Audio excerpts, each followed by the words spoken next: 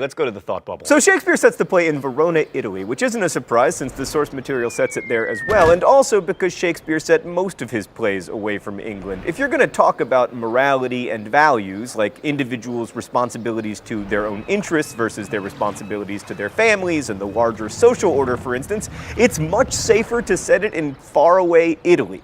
Romeo and Juliet is a love story, but it's also a political story. The Montagues and Capulets consistently ignore the proclamations of the Prince of Verona, and arguably Romeo's biggest hurdle to marrying Juliet is that the prince exiles him and promises to execute him should he return to the city. Should you be loyal first to your own feelings, or to your family, or to your faith, or to your prince?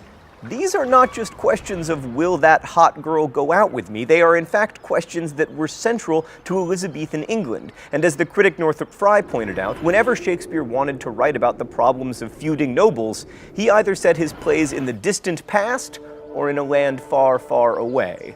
But when it comes to the actual romance, it's all very hot-blooded and Mediterranean and Catholic. It's no coincidence that in Protestant England, much of Romeo and Juliet's tragedy is facilitated by a slippery Catholic friar. The stereotype of Italians as passionate and impulsive goes back a long way to well before Shakespeare, and that helps explain Romeo and Juliet's actions. I mean, would English lovers act like this?